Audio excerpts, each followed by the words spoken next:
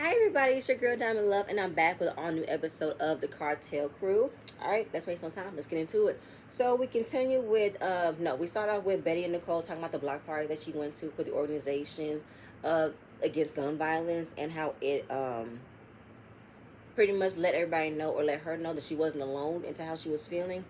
And that it was such an ending of a good night. And then the premiere of the episode they showed, but also it got a little bit heated because at the end of that they showed Eddie's documentary, and his face was upset. He was pissed. He was pissed off at it. But I feel like that was you, Eddie. Excuse me. You put out that documentary. You portrayed that Kat was not the supportive girlfriend, which led to you cheating. But he was mad that that part was being seen, the cheating part. And Kat's confessional. He has a right to tell his story, but don't diminish me and represent this and misrepresent me into where I was in the life. Don't do that.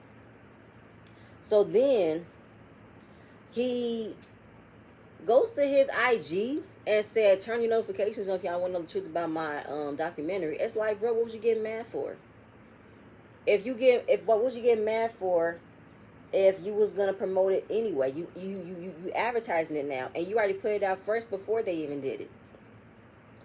So Nicole and Betty was like, well, what's the point of doing that? That makes no sense.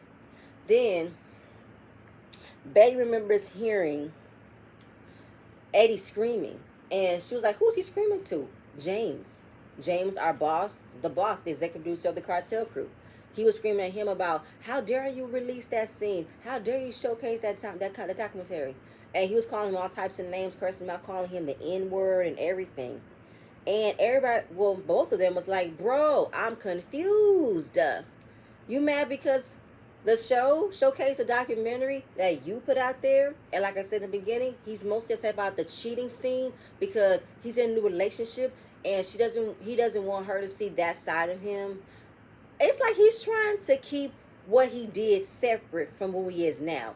But if that was part of who you are, Eddie, accept it. She'll take you and love you who you are, but you want to make sure you are squeaky clean so she doesn't see that you have flaws. Okay, Eddie. All this happened because Michael and Marie told her.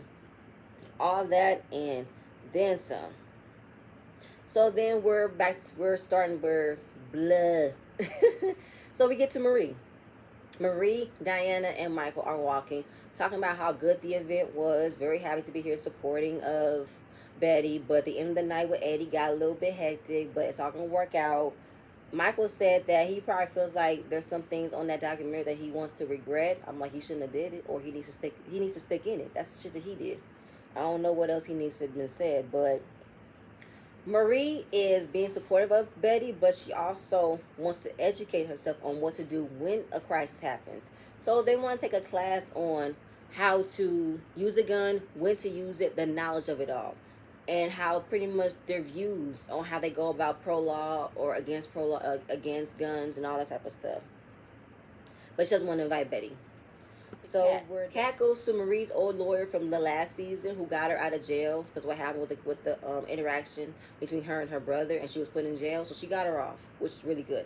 So she wants to talk about getting her license not expunged, but getting a felony off her record so she can carry, because she had a security issue. The woman that came the last episode looking for Michael and Marie scared her, and she didn't feel protected, and she's a single mom. So they look at her license. Turns out she has a felony.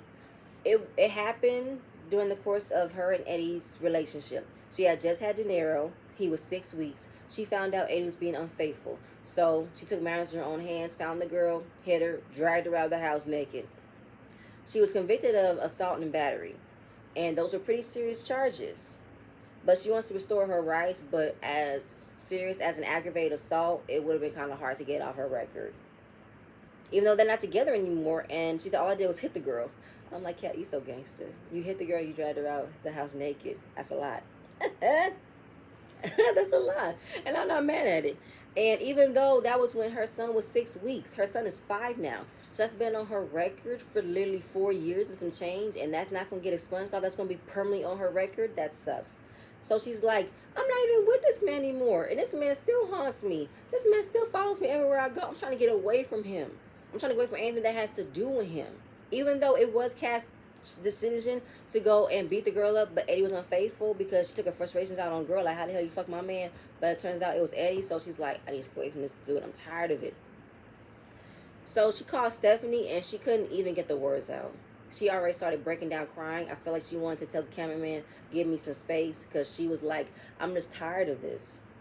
I'm tired. So we're back to Betty. They arrive to the class. They learn about the gun laws. Never assume a gun isn't loaded, because it is. And when you're having the gun, finger off the trigger, pointing to a safe direction. And no ammunition till I'm ready to shoot. But when something bad happens, those 3 rules go out the window. I think I learned that. I learned parts of that growing up, watching gun shows or watching movies. And I think my mom said never assume a gun isn't loaded, because it is. When you take the full clip out, always know there's one in the chamber. Never point at it. Never point at it, point it down. Never tussle with somebody with it. And always keep it out of reach. Keep your finger off the trigger. I think I learned that pretty young. And because of the fact that we both want to invest in guns pretty soon, we're going to have to learn again. And I'm all about knowledge. So Magic, Diana, and Michael, they can't be around it. They can't be underneath it because they're convicted felons. It sucks though, but they are knowledgeable, because Michael did learn that his mom had military escorts growing up, so he was taught how to use them, and he was taught when to use them. And then of course, Marie and Nicole, they were showing their boobs like I am now. But they told them that when you shoot off a bullet, the bullet goes out, but the hot brass comes out of the gun, and it could touch you, and it could burn you and scar you. So you're gonna need to wear full shirts that cover everywhere. And we're back with Betty. She meets with organizations of other women who are against violence, gun violence, and they have a sister circle, which is like a grief support group. And we get to one woman. Her next door neighbor shot and killed her pregnant sister, her mother, her brother, and her other sister. This was in 1993. That's sad and crazy. I was tearing up this scene. I was tearing up. She's telling her, you are validating how you're feeling, your anger. It comes from somewhere, but we're gonna teach you where to use it, teach you how you can express it. And another woman, she was a therapist, and she's also a victim. Her daughter came home for spring break. Her 18-year-old daughter, a random man shot and killed her. Another person in the background or next in the circle, she's like, where are the parents? Why do these young kids have access to carry guns? What is the problem? I was tearing up this scene because it is completely scary how kids under my age, older, think it is cute to showcase what a gun is, showcase what it looks like to be gangster, all that type of stuff. It's like, it's not cute at all. It's not cute at all. It's not fun to advertise. It's not fun to showcase. It's really not. And we have to do better. Teach our kids when to defend themselves and why. So then, of course, she invites Betty and the cast they have a therapy session for the kids who are a witness and survivors. And she said, I want to go. Marie and Betty, they go out for a drink. She tells her about her day. Marie tells her, I want to support you, but I did go to a class that showcased pro guns to teach us how to use them and when to use them. She's like, why? Well, I want to protect my family. You know what I'm saying? Like, I'm not against you, but I don't want my daughter to be in the same situation as Gigi. Do I teach her how to use a gun when she gets older? Or what do? I want to protect her. She understands that everybody had different views, but it does suck on the main purpose as to why they came here. You know what I'm saying? Like, how kids could just get a gun easily with a fake ID? She said, I know, but that's where we're gonna stop. We're gonna make it a way where kids under the age of 18 or over, that it needs to be a harder process for people to get guns. It really do. And it needs to be a mental evaluation if somebody is mentally able to handle a gun. It really is. And, it's all about protection, So we're back to Kat. Kat has bought a dream home for her son. It's been renovated. It's really nice. It's really pretty.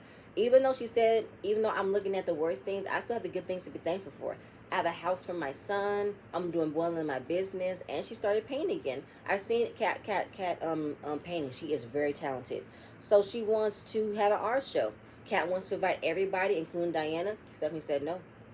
You remember last time. was at Michael and Marie's wedding. She sent them flowers and wrote on the note, "If she sees me, it's on site." So you can invite her, but if she wants to talk or she wants to do so, she wants to come at me, I'm here. What's up? So they're gonna have a conversation before that. We're gonna see where it leads to. We're back to Betty, and this is pretty much the end of the episode. So Betty is mad that everybody like pretty much lost the point of why they came to Washington. And she's like, Nicole gets it, but she's like, guns are gonna be around. We're gonna make it where young kids are not gonna have access to, but people have different views. You have to be understanding of it. We're not gonna abolish guns forever. That's not gonna be. That's not gonna happen. But she's like, well, what's the point of y'all being here then? We're supporting you. But supporting you, we still have our own different views, and that needs to be understood as well. We understand your situation. We really do. In the midst of that, it caused us to look for, it caused us to like be concerned about our well-being. Michael and Marie had a scare last time about a stalker looking for them. So they have to be cautious too. So in the end, they go to a therapy session with the kids. They talk to a lot of kids who lost best friends. They can't go outside and play anymore. Everything is a shootout. And it's like, these young kids should not be used to this. The way they growing up is really sad. I'm like, that's why I look at my sisters. I'm like, my sisters don't have the same growing up experience as I did. We gotta be cautious who they're around, who trust them to be around. Can we allow them to be in an open space and I don't see them? It's a lot. I don't like that. And the right to bear arms has gone out of control if you're allowing every single person who should not have a gun in their hand to have them. Mentally unstable people should not be able to have guns. So they ended with like a mantra saying, we are good, we are happy, we are blessed, and we're going to be better. But then it really ends with the people who came on the trip: Diana, Michael, Nicole, Betty, Marie, Magic. They all starts reading from a PSA announcement of supporting the end of gun violence, aware of gun violence, know when to, won't know when to be part of the solution to end it. Put yourself out there, be a voice, and let's do better. Let's be a part of this movement to end it all. No more violence. But next week gonna be the season finale. All right, y'all. That's it. That's all I have. All right, see y'all later. Bye.